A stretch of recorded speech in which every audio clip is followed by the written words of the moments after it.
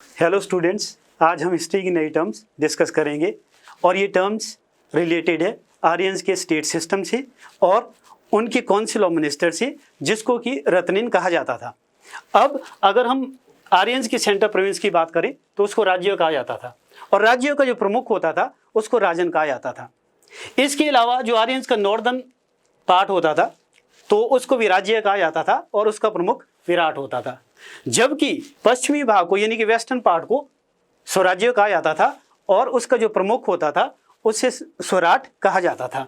Eastern part पे rule करने वाले राजा को या राज्यों को साम्राज्य कहा जाता था और उसका प्रमुख सम्राट होता था, जबकि दक्षिणी भाग के राज्यों को भोज्य कहा जाता था और उसका प्रमुख कौन होता था? भोजा।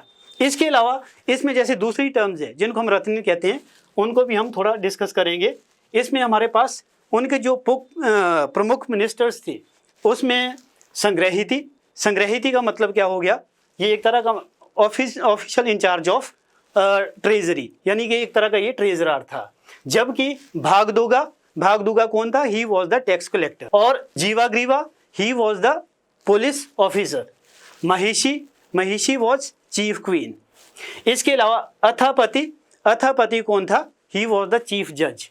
पलागल वॉज द मैसेंजर्स। तो इस तरीके से आज हमने इंपॉर्टेंट कुछ टर्म डिस्कस की है। कल हम और न्यू टर्म्स डिस्कस करेंगे।